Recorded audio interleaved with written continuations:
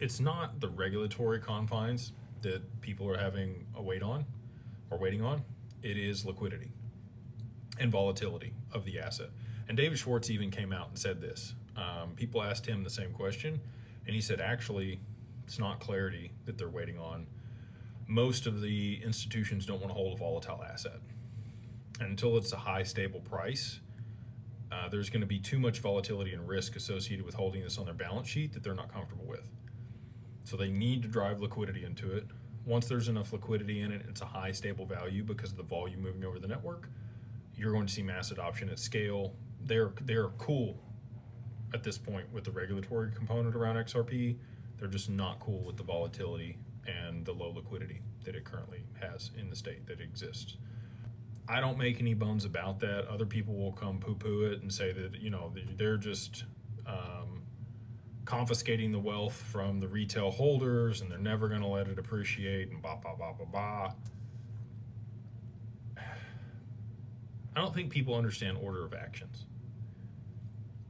Sometime, as an example, this is a good one.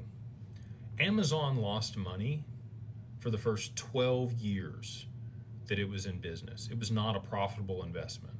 Now, if you own the stock, maybe you made some money, but the company itself didn't pay dividends. There was no money left because they rolled it all back in on growing. I view Ripple the same way. They're profitable enough to pay their employees well, but the majority of the net worth of their employees and their executives and the founders is wrapped up in Ripple equity. The more valuable they can make that company, the better tax advantage they have. And they've done that by leveraging sales of XRP to make acquisitions, to put themselves in a position to actualize and fulfill the long-term promise of the XRPL and XRP. Without Ripple, and this is where the whole SEC case was kind of right.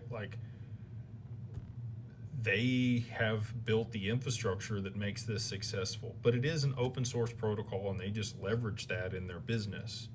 Have they sold XRP in order to be able to build that business? Absolutely. But it's for the long-term benefit of the ecosystem and the adoption at scale of this.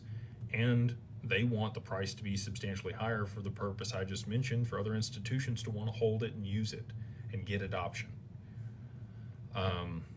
So anyway, I went on my tangent there, but yeah, I think, because of the recent sales from Ripple, they're somewhere between 100 and 200 million.